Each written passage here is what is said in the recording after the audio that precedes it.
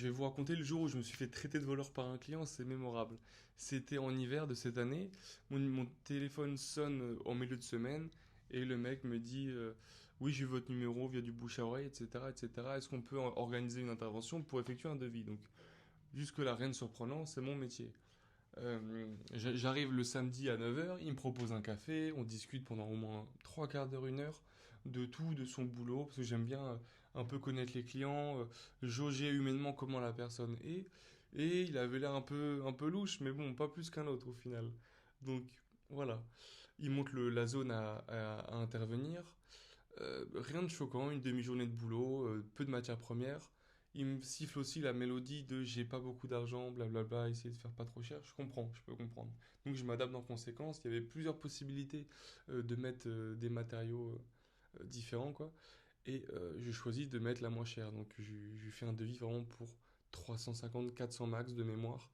Donc vraiment peu pour une demi-journée en sachant que c'est vraiment scabreux. Et le mec, je lui envoie du coup le devis quelques jours après et dans les 10 minutes, je reçois un coup de fil de sa part. Il me dit mais monsieur Goya, vous êtes un voleur, c'est une honte, qu'est-ce qui justifie ce prix-là, etc. Comme si je lui avais mis 10 fois le prix, quoi.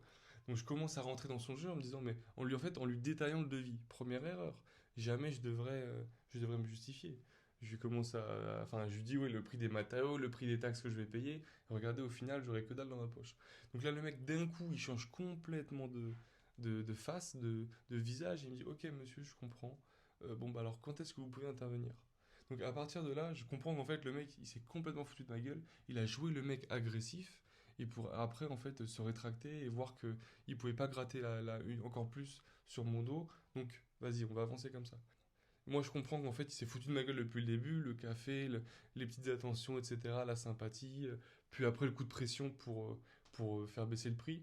En fait, moi, je me dis, ok, non, j'ai pas envie de bosser dans ma vie pour travailler avec des cons comme ça. Donc je lui dis, mais non, en fait, monsieur, vous êtes foutu de ma gueule, ça va pas le faire du tout.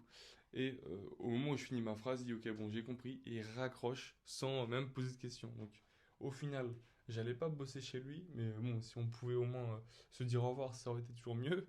Et j'ai pas eu le boulot.